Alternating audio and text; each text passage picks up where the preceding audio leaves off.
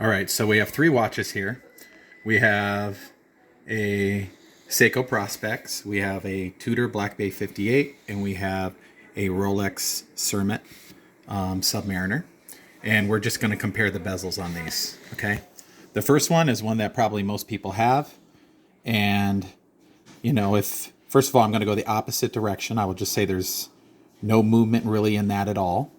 And then as you move it, honestly, it moves fairly smooth. I mean, I can't say by trying this bezel out that the action is resisting at all.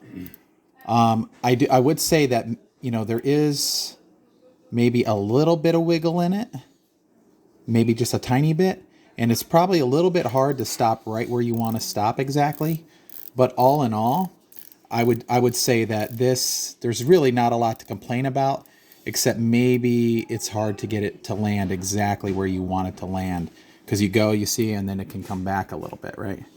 So you see how you have that. So that's one. The next one, Tudor, beautiful watch, come the opposite direction.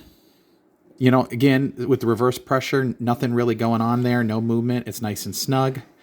And as I come to, as kind of to get it started, that first click, it's like it's clicking out of a different, like there's almost a groove up there at the 12 o'clock where it wants to settle in there.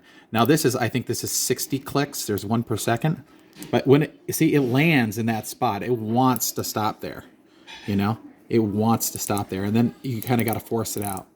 I will say, though, this is just a different feel. Maybe a little less smooth feeling because you have 60 instead of, I think the others are 120. But as far as stopping at the top, it's nice. And I honestly do not have a problem with it. It's just different and a little more kind of like, you know, it doesn't have that like sweep feel that it feels more like it's going a second at a time, more like a quartz watch would move, right?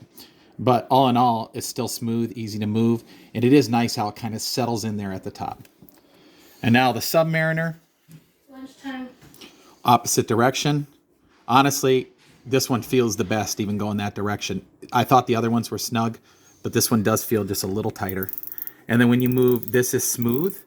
You know, it turns smooth, but not as easy as the Seiko does. But it doesn't feel like it's hard to move. It's not too loose or too tight.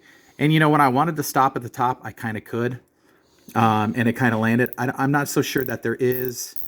I'm not so sure that there is kind of a. What he was trying to say is because I'm not sure that there is a lock-in point on this, like there is on the other one.